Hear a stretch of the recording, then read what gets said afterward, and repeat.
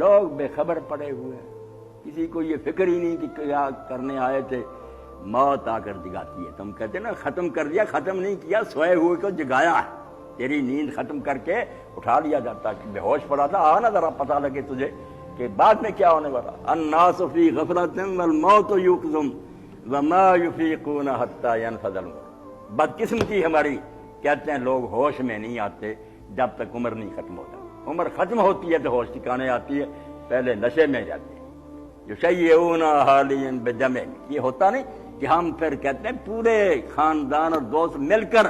تم اس میت کے ساتھ چلتے ہو، اٹھا کر لے جاتے ہو، یشیعون حالیا بجمع، اپنے قریبیوں کو قبر تک پہنچانے کے لیے ساتھ چل رہے ہو، وینظرون الی ما فیہ قد قبروا، اور دیکھ رہے ہوتے ہو کہ کون سا گڑھا ہے جس میں دے کر اینٹیں بند کر دی گئی اور چھپ گیا نظر، یہ دیکھا نہیں ہے۔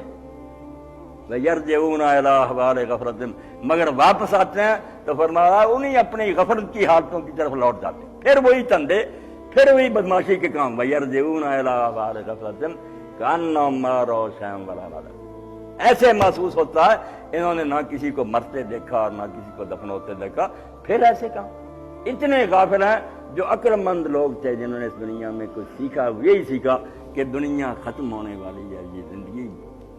اس کا سلسلہ رک جائے گا، کچھ کر نہیں۔ جو سمجھ گیا یہ نقطہ، بس انسان بن گیا، کوئی اس کے لیے پولیس کی ضرورت نہیں رہی، فوجوں کی نہیں رہی، اس کو آرڈیننس ان کی احتیاج نہیں رہی، اس نقطے نے سیدھا کر دیا۔ حضرت سیدنا عمر بن الخطاب رضی اللہ عنہ کیوں نے اپنی انگوٹھی میں یہی کھدوایا تھا، جو نقش بنوایا تھا اپنی انگوٹھی کو، اس میں یہی تھا،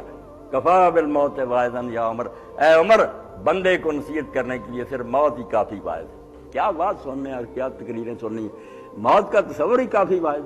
یاد کر کے تو نہیں ہوگا ایک دن دنیا میں، یہ نور موجود اور یہ ٹھوکریں کا۔